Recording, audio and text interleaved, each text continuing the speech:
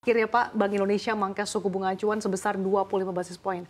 Apakah memang hal ini yang ditunggu-tunggu dari para pelaku industri properti dan seperti apa industri properti merespons terkait dengan pemangkasan BI rate ini? Oke, thank you Pak. Jadi kalau turunnya bunga itu, kalau dibilang angin segar, yes angin segar. Itu ada efek? Enggak, yes ada efek. Tapi seberapa besar efeknya, saya rasa tidak 100% efek itu akan meningkatkan demand dari properti, ya. Terutama memang bunga itu agak tidak terlalu sensitif, walaupun itu memang diperlukan, tapi tidak terlalu sensitif, terutama untuk orang-orang yang memang butuh atau end user daripada properti, ya. Dan yang kedua adalah ini juga kalau secara keseluruhan memang itu akan mendorong, demand dari properti. Tapi yang lebih mendorong itu sebenarnya adalah PPN. Jadi pembebasan PPN atau subsidi PPN itu paling mendorong, ya, terutama untuk produk-produk yang ready stock, ya. Jadi ya mudah-mudahan ini menjadi satu batu loncatan buat mensupport properti Indonesia, ya. Karena selama ini inflasi lagi turun, ya kan, dan gitu CPI turun, tapi bunga tetap bertengger di atas. Ya, kalau katanya Bank Indonesia itu buat menunggu nih global risk, ya, supaya global risk itu antisipasi global risk. Tapi sekarang udah saatnya lah. Oke. Ya. Pak Peter, ini dianggap angin segar dari para pelaku usaha properti, khususnya Trinity Land, tapi dikatakan bahwa pemangkasan suku bunga tidak serta-merta untuk bisa mendongkrak demand properti. Kalau tanggapan dari Anda seperti apa, Pak Peter? Saya sependapat sekali dengan Pak Ishak, ya. Ini angin segar, iya, pasti. Ini hal yang sudah kita tunggu sebenarnya. Kita sangat berharap bahwasanya BI segera untuk melonggarkan kebijakan moneternya, ya. Tetapi dampaknya terhadap ke sektor properti khususnya itu tentu tidak serta-merta, ya. Ada banyak faktor yang akan mempengaruhi, ya. Yang pertama adalah seperti disampaikan oleh Pak Ishak tadi, ya. Ini kalau bicara bunga, pertama bunga itu tidak langsung membuat permintaan itu meningkat, ya, karena sensitivitasnya belum tidak begitu besar, ya. Yang kedua adalah ada proses, ya,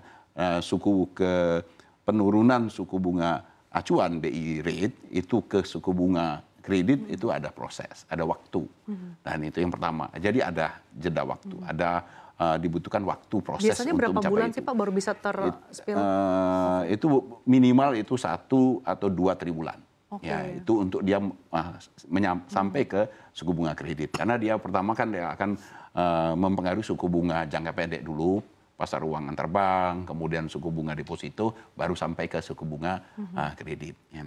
Yang kedua adalah besarannya. Besaran penurunan suku bunga itu, apakah yang 25 basis point ini sudah cukup ngefek untuk dia menurunkan suku bunga. Ya. Yang ketiga adalah apakah penurunan suku bunga ini benar-benar nanti berdampak kepada likuiditas secara keseluruhan, ya, karena kita tahu BI sendiri tidak hanya satu instrumennya di dalam mengelola likuiditas perekonomian. BI ada pendekatan harga, yaitu dengan suku bunga, menurunkan suku bunga, tetapi yang lebih dampaknya besar terhadap kondisi likuiditas itu adalah operasi moneternya BI. Operasi moneternya BI sampai saat ini itu masih sangat kontraktif. Yaitu di mana BI menerbitkan SRBI yang sampai saat ini menjadi pilihan bagi bank-bank untuk menempatkan dananya.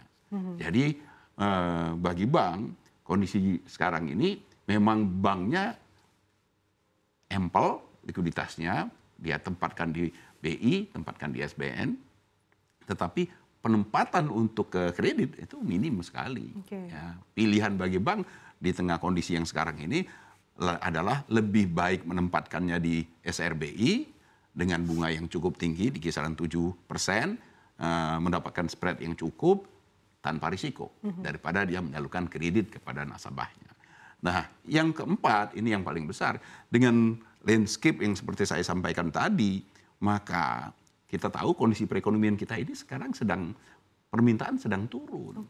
Dan itulah salah satu yang menyebabkan deflasi yang sudah 4 bulan, ya, tingkat konsumsi turun, manufacturing index kita turun, ya, semua menunjukkan turun, dan bahkan data tenaga kerjaan kita, PHK di mana-mana. Artinya di tengah kondisi yang seperti itu sangat sulit kita berharap bahwasanya penurunan suku bunga langsung direspon dengan kenaikan demand terhadap properti. Nah, jadi ya kita berharap lah ya ini adalah titik awal di mana BI menurunkan suku bunga, nantinya The Fed bisa menurunkan suku bunga lagi dan ini akan berlanjut. Pelonggaran likuiditas akan terjadi dan itu akan mendorong perekonomian secara keseluruhan sehingga itu pada ujungnya akan meningkatkan permintaan terhadap properti. Oke.